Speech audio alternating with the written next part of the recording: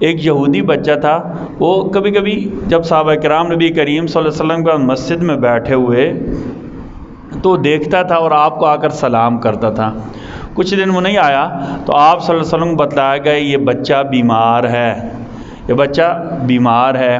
آپ صلی اللہ علیہ وسلم اس کی عیادت کے لیے تشریف لے گئے، ٹھیک ہے جی۔ آپ صلی اللہ علیہ وسلم نے اسے اسلام کی دعوت دی کہ بیٹا اسلام قبول کر لو۔ اس نے اپنے والد کو دیکھا، اس نے اپنے والد کو دیکھا تو اس کے والد نے کہا ابو القاسم جو کہہ رہے ہیں وہ کر لو۔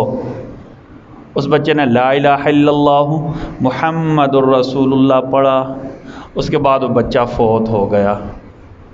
اب دیکھا نا دو باتیں، پہلی بات عیادت کے لیے گئے، اجر کی بات، عیادت کے دوران اللہ نے کتنا بڑا کام کیا، دین کی دعوت دی، اسلام قبول کر لیا۔ لیکن ایک یاد رکھنی ہے، یہ اس کو عیادت دعوت دینی ہے جو ٹھیک حالت میں ہو، جو قریب المرگ ہو، اس کو دعوت، اس کو اللہ نے قرآن میں کہا کہ یہ اچھی بات نہیں ہے۔ ان میں کہ وَيَمْنَعُونَ الْمَاعُونَ، اللہ کا فویل للمصلین الذین هم عن صلاتهم ساہون الذین هم یراؤون ویمنعون الماعون، جو نمازوں میں کیا کرتے ہیں، سستی کرتے ہیں۔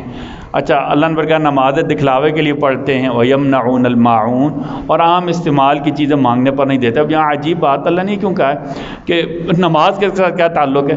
جس کی نماز ٹھیک ہوگی اس کا لوگوں کے ساتھ تعلق بھی کیا ہو جائے گا، ٹھیک ہو جائے گا۔ جس کی نماز ٹھیک نہیں ہوگی اس کا لوگوں کے ساتھ تعلق بھی ٹھیک نہیں ہوگا۔ زندگی گزارنے کے آداب بیان کریں۔ آج ہم نے بیان کرنا ہے عیادت یعنی مریض کو دیکھنا، اس کے ادب کیا ہیں۔ پیچھے ہم نے بیان کیے تھے 3 مسلسل، ایک یہ تھا کہ معززین اور شرفاء کے آداب، اللہ کسی کو عزت دے دیں تو اس کا ادب کیا ہے، اللہ کسی کو مال دے دیں اس کا ادب کیا ہے۔ آخری ہم نے بیان کیا تھا کہ اللہ نہ کرے غربت آ جائے تو اس کے بھی کچھ شرعی آداب ہیں، ٹھیک ہے جی۔ آج ہم نے بیان کرنا ہے عیادت کے آداب۔ نمبر 1، ثواب کی امید رکھتے ہوئے عیادت کرنا۔ نبی کریم صلی اللہ علیہ وسلم نے فرمایا جو بندہ کسی مریض کی عیادت کرتا ہے تو واپس لوٹنے تک جنت کے باغات میں رہتا ہے، ٹھیک ہے۔ مریض کی عیادت کرنی چاہیے، چاہے چھوٹا بچہ بھی ہو۔ حضرت زینب نے آپ صلی اللہ علیہ وسلم کو بلانے کے لیے بھیجا۔ سیدہ زینب نبی صلی اللہ علیہ وسلم کی سب سے بڑی بیٹی کا نام تھا۔ آپ صلی اللہ علیہ وسلم کی 4 بیٹیاں، یاد رکھنا، ٹھیک ہے نا۔ نبی صلی اللہ علیہ وسلم کی کتنی بیٹیاں ہیں؟ 4۔ سب سے بڑی بیٹی کا نام تھا زینب۔ ان کے ایک بیٹے بیمار ہوئے، وہ فوت ہونے کے قریب تھے۔ آپ صلی اللہ علیہ وسلم کو بلایا گیا، آپ ان کے پاس آ کر کھڑے ہو گئے، کافی دیر وہاں کھڑے رہے یہاں تک کہ وہ فوت ہو گئے، ٹھیک ہے جی۔ مشرک کی بھی عیادت کرنا، مشرک کی بھی عیادت کرنا اور اس کو اسلام کی دعوت دینا۔ ایک یہودی بچہ تھا، وہ کبھی کبھی جب صحابہ کرام نبی کریم صلی اللہ علیہ وسلم کا مسجد میں بیٹھے ہوئے تو دیکھتا تھا اور آپ کو آ کر سلام کرتا تھا۔ کچھ دن وہ نہیں آیا تو آپ صلی اللہ علیہ وسلم کو بتلایا گیا یہ بچہ بیمار ہے، یہ بچہ بیمار ہے۔ آپ صلی اللہ علیہ وسلم اس کی عیادت کے لیے تشریف لے گئے، ٹھیک ہے جی۔ آپ صلی اللہ علیہ وسلم نے اسے اسلام کی دعوت دی کہ بیٹا اسلام قبول کر لو۔ اس نے اپنے والد کو دیکھا، اس نے اپنے والد کو دیکھا تو اس کے والد نے کہا ابو القاسم جو کہہ رہے ہیں وہ کر لو۔ اس بچے نے لا الہ الا اللہ محمد الرسول اللہ پڑھا، اس کے بعد وہ بچہ فوت ہو گیا۔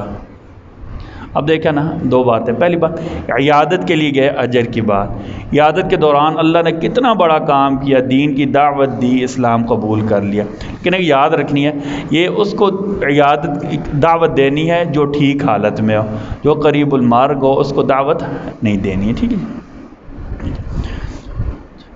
اگر مریض کو تکلیف نہ ہو، مریض خوش ہوتا ہو، مثلا کسی کی دوستی ہے، یار میرے دوست کو بلاؤ نا، تو پھر 1 سے زیادہ مرتبہ عیادت کرنا، 1 سے زیادہ مرتبہ عیادت کرنا۔ عیادت کے لیے مناسب وقت جانا، عیادت کے لیے مناسب وقت جانا، ٹھیک ہے نا۔ اچھا، ہمارے یہاں سے عمومی طور پر نا مناسب وقت کا خیال نہیں کیا جاتا۔ جیسے بعض ہاسپٹل سے وہاں ٹائم ہوتا ہے 4 سے 6 تک، مریض کی کنڈیشن کی وجہ سے تو ممکن ہے ہم کیا 8 بجے چلے جائیں، پھر وہاں کیا کہتے ہیں اپنا وہ جگاڑ لگانے کی کوشش کرتے ہیں۔ جگاڑ سمجھتے ہیں ہم، جو جگاڑ لگاتے ہیں، یار کسی کو پیسہ پکڑا دیا، فلاں بندہ واقف ہے، فلاں سے فون کروا لیں، ٹھیک ہے نا۔ ہم مناسب وقت پر کام نہ کرنے کے عادی ہیں۔ ہم مناسب طریقے سے اور مناسب وقت پر کام نہ کرنے کے عادی ہیں، جس کی وجہ سے کیا ہوتی ہے، مشکلات پیدا ہوتی ہیں. ٹھیک ہے. اچھا، گھر والوں سے خیر خبر معلوم کرنا. مریض کے جو گھر والے ہیں نا، ان کو کہنا کہ اچھا آپ کا مریض کیسا ہے، یا اسے ڈاکٹر کے بارے میں پوچھ لینا. ٹھیک ہے نا. الحمدللہ ہم اس بارے میں اچھے تو بہت ہے، ہمارے یہاں پوچھا جاتا ہے، لیکن کبھی کبھی مشوروں کے ہم بھر مار کر دیتے ہیں. ایک بندہ بیمار ہو، سارے ڈاکٹر بن جاتے ہیں، سارے سرجن بن جاتے ہیں، سارے میڈیکل اسپیشلسٹ بن جاتے ہیں. ہر بندہ اپنا مشورہ دیتا ہے، اوہ آپ ادھر لے گئے ادھر لے کر جاتے. دیکھیں نا، مناسب طریقے سے ہر کام کرنے کا مناسب طریقہ ہے. ٹھیک ہے.